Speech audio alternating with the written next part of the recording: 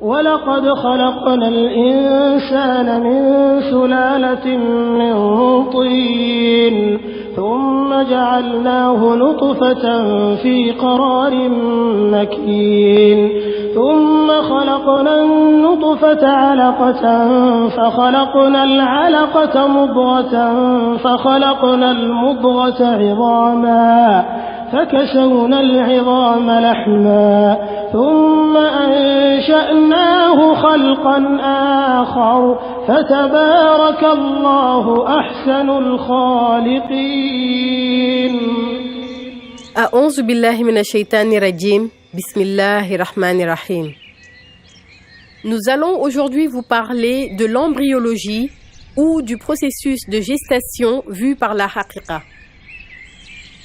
Les théories scientifiques sur l'embryologie sont très différentes de celles développées par la haqiqa sur ce sujet. Nous allons vous détailler dans cet exposé le processus de procréation du début de la gestation jusqu'à la naissance de l'enfant, de la formation de l'embryon à la constitution du fœtus. Au moment où la femme reçoit la goutte de sperme, Dieu détermine le sexe de l'enfant.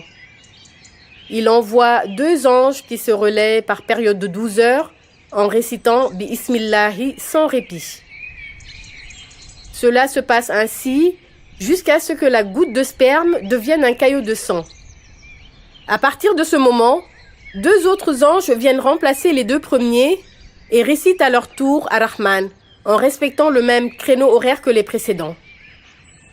Quand la chair commence à se former, 2 autres anges sont affectés à la récitation de Ar-Rahim. C'est ainsi que l'enfant à naître est façonné à partir de la basmala, c'est-à-dire Bismillahirrahmanirrahim. Nous pouvons ainsi dire que la basmala fait partie intégrante de l'évolution de l'être humain. C'est pour cela qu'avant de procéder à quelque acte que ce soit, il faut toujours dire Bismillahirrahmanirrahim. C'est aussi pour cette raison que le grand pôle secoureur insiste sur le fait de commencer par la basmala lorsque nous récitons la Fatiha, la sourate de l'ouverture dans la prière. Dès que l'embryon est à l'étape de caillot de sang, 2 anges viennent tous les soirs réciter le nom Ya Salam. Ce nom sacré permet la sécrétion du liquide amniotique. Ce liquide protège le fœtus des chocs, des variations de température par rapport à l'alimentation de la mère. Au moment de la formation des tissus osseux, 2 anges arrivent avec le nom de Al-Khaliqou pour une période de 12 heures chacun. Dans le cadre d'une grossesse conçue en dehors des liens sacrés du mariage, seuls les anges récitant le nom Ya Salamou interviennent. L'absence de participation des autres anges cités plus haut fera que cet enfant naturel naîtra avec un déficit de lumière que seul le zikr initié par le grand pôle secoureur pourra combler. Le liquide amniotique se forme progressivement avec le zikr du nom de Dieu, Ya Salamou par les anges. Il peut être considéré dans la haqiqa comme des voiles couvrant l'enfant afin de le protéger des agressions extérieures. Ce nom signifie la paix. Procédure classique, l'enfant couvert par un seul voile. Dans les cas les plus fréquents, un seul voile couvre l'enfant, c'est celui du nom Ya Salamou. Que l'on soit musulman, juif, chrétien ou athée, le zikr de ce nom par les anges est commun à tous les êtres humains. Ce qui explique que dans Alamul Arwah, toutes les âmes avaient répondu Balla quand le Seigneur avait posé la question Alastu bi Rabbikum. Alamul Arwah, c'est ce monde où résidaient toutes les âmes créées par Dieu. À 3 mois de la naissance, l'enfant commence à son tour à faire le zikr du nom avec lequel il est couvert. S'il est uniquement couvert du nom de Ya Salamou, il commencera à le réciter 500 fois le matin, 500 fois le soir, en compagnie des anges affectés à cette mission. Procédure spéciale. L'enfant couvert par plusieurs voiles. Dans les cas spécifiques, plusieurs voiles peuvent recouvrir un enfant. Plus les voiles sont nombreux, plus la quantité du liquide amniotique entourant l'enfant est importante. Ces voiles peuvent aller jusqu'à 99 pour un fœtus et chaque voile représente un nom de Dieu de Allahu Azabour. Un tel enfant aura un don de Dieu à la naissance. Il arrive aussi qu'un enfant soit enveloppé par les 100 noms de Dieu, dont le Ismullahi al-Azam. Cet enfant sera obligatoirement un saint lorsqu'il naîtra. Ces enfants commencent à faire leur zikr dès le début de leur formation, quand ils n'étaient que caillots de sang. Ils peuvent réciter soit Allahu, Ar-Rahman, Ar-Rahim ou un autre nom choisi par Dieu. Dans le ventre de la mère et à ce stade de la gestation, il ne leur est permis de faire que le zikr de 3 noms, As-Salam, la Basmala ou La ilaha illallah. Et cela aura un effet lors de l'accouchement. Pour l'enfant qui fait le zikr de la Basmala, l'accouchement se fera sans problème.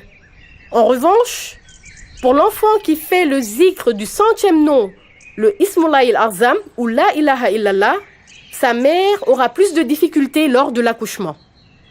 L'impact du zikr des enfants sur l'évolution de la grossesse. Nous allons vous donner quelques exemples de noms et vous expliquer l'effet que cela peut avoir sur l'enfant entre le 6e et le dernier mois de grossesse.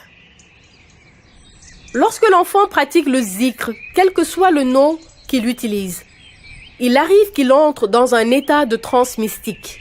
Il commence alors à bouger dans le ventre de sa mère. Les enfants qui font le zikr du nom Al-Batin sont généralement des morts-nés.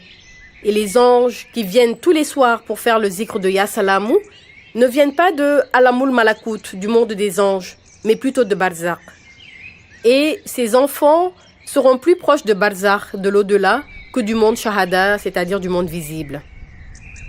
Aussi, un enfant qui fait le zikr de plusieurs noms de Dieu peut, en atteignant le 70e, provoquer un avortement. Il y a aussi un nom qui peut provoquer l'avortement, il s'agit de Al-Muntakhimu. Si Dieu subhanahu wa ta'ala, dans son organisation, estime que cette grossesse n'arrivera pas à son terme, l'enfant fera obligatoirement le zikr de ce nom.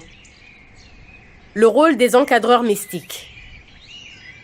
Les encadreurs mystiques qui accompagnent l'enfant tout au long du processus de gestation et même après sa naissance ont une solution par rapport à ces phénomènes d'avortement. Ils peuvent réciter ou conseiller que l'on récite Milya Barou et souffler sur le ventre de la mère pour éviter les avortements. Ce nom est capable de bloquer l'arrivée du nom Al-Muntakhimu et réguler le zikr des 70 noms faits par l'enfant pour le ramener à 69. Pendant la grossesse, il se passe des choses extraordinaires dans le ventre de la mère alors que l'entourage de la personne ne le soupçonne même pas. La femme elle-même ne peut pas imaginer l'organisation mystique qui se déroule à l'intérieur de son ventre. La naissance. Pour les enfants qui ne seront pas musulmans ou ceux qui ne seront pas prédisposés à devenir croyants, les anges les accompagnent néanmoins à la naissance. Pendant 7 jours, ils réciteront avec eux la basmala 3 fois dans la journée. Le matin, en milieu de journée et le soir. Lorsque l'enfant doit être musulman, les encadreurs mystiques lui feront réciter 70 fois la basmala pendant 7 jours après la naissance. Et dans ce cas, il n'y a pas d'heure fixe. Ils peuvent venir à tout moment. Pour parler de façon métaphorique, l'enfant est comparable à une bande d'enregistrement dans laquelle sont consignés tous les zikrs qu'il a pu réaliser lorsqu'il était dans le ventre de sa mère. Elle est ensuite laissée aux bons soins des parents, chargés de préserver le contenu et de parfaire l'éducation de cet enfant. Le jour du baptême, tout ce qui s'y fait risque de modifier le contenu de la bande. Si, pendant la cérémonie, des versets du Coran sont psalmodiés ou des causeries religieuses diffusées, l'enfant aura des chances de maintenir sa lumière et de l'accroître en grandissant. Si, au contraire, ses parents ont opté pour la musique en ce jour si important, la lumière accumulée lors de la grossesse s'éteindra progressivement, à moins que les encadreurs mystiques ne reviennent à un moment donné de la vie de l'enfant pour le prendre en charge jusqu'au moment où ils le confieront à un maître mystique. L'environnement familial peut dans certains cas bloquer le processus d'évolution spirituelle de l'enfant. Mais Ceux qui avaient pour zikr dans le ventre de leur mère la basmala ou le Ismoulaï Arzam seront toujours suivis après la naissance par les encadreurs mystiques. Même si l'enfant est né dans une famille non croyante, ils peuvent le récupérer et le mettre dans un environnement propice à son développement spirituel. C'est ainsi que se déroule le processus d'évolution de l'enfant durant la grossesse et après la naissance. Il ne faut pas s'étonner de voir certains enfants pleurer la nuit, car ils ont été sevrés de ce zikr qu'ils avaient l'habitude de pratiquer avec les anges depuis leur conception jusqu'aux jours qui ont suivi leur naissance. Cet exposé est ainsi terminé. Nous vous remercions de votre écoute et vous rappelons que toutes ces révélations sont issues de l'enseignement de notre guide et notre cher, le Qutbul Artabul Kabir. Assalamu alaikum wa rahmatullahi ta'ala wa barakatuhu.